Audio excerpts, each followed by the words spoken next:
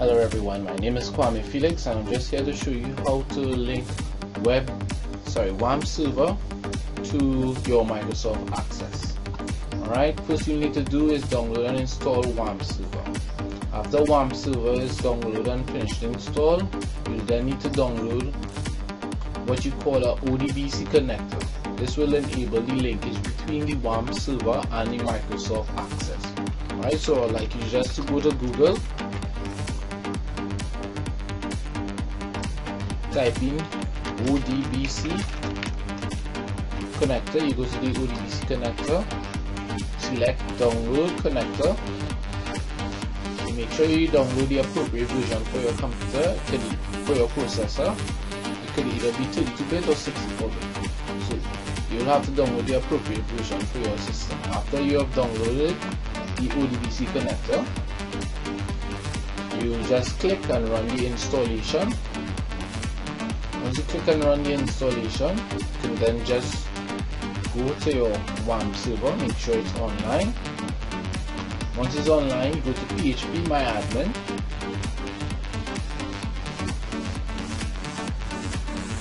As you can see here, you'll be able to create the a database that you like. So let's type in a name called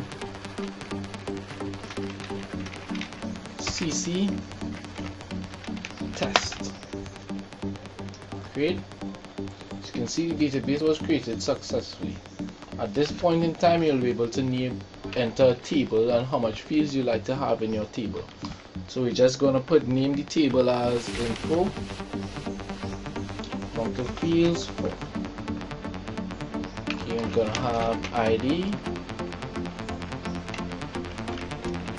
F name, L name, and another address. You're able to select the type of data that you're going to put into these fields. So you're going to be text.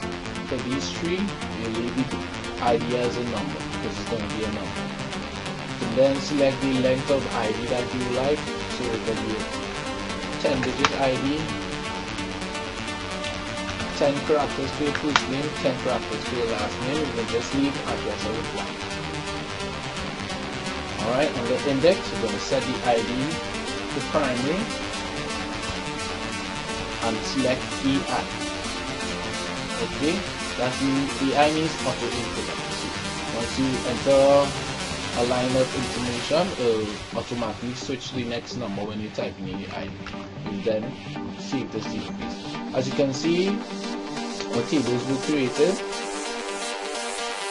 Alright. After this is done, you then go to Microsoft Access. And we're going to create a new table, blank database. Okay, we're going to name that database CC1.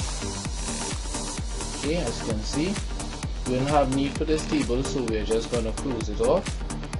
Alright, what I need you to do is go to external data, go to more, you select ODBC database, then you select link database source by creating a link table. Press OK, then you go to machine data source. You hit a new, you select system data source. Alright, press next. You then scroll down until you see MySQL ODBC. Select that, hit next, and then click finish. Okay, when this window comes up, you're going to name your data source. You name your data source, let's see, test. Alright, under the TCP/IP, going to be local host. User is going to be root. Make sure you enter this information as this, because if you don't do that, the tables coming up here would not be the tables that you wouldn't be able to see the table which was created on the PHP My Admin. So we're going to select the table that we created and then hit test. So you can see connection was successful, so you then hit OK, OK again. So as you see our table name info coming up, you then hit OK. You open up the table, and you see the fields that were created on the PHP My Admin page coming up in the Microsoft data. So let's just input some data to see if the link was completed. Alright.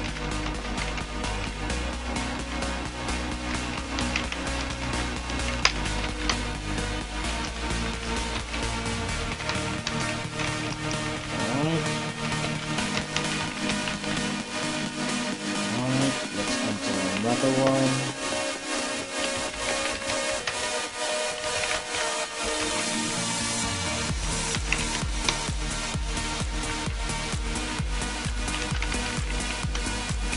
Let's just save this information. Once this information is saved, just go back to our PHP. Alright. The PHP page. Click on our data or table, and as you can see, the information that we added comes in. Okay, come up on the screen. Okay, if you wanted to delete it, we just, let's see, delete this field. Okay, by deleting this field, let's see if it comes up in our access. Okay, as you can see in access, it comes up as deleted, so that means the linkage is completed. Hope you enjoyed my video. See you again next time.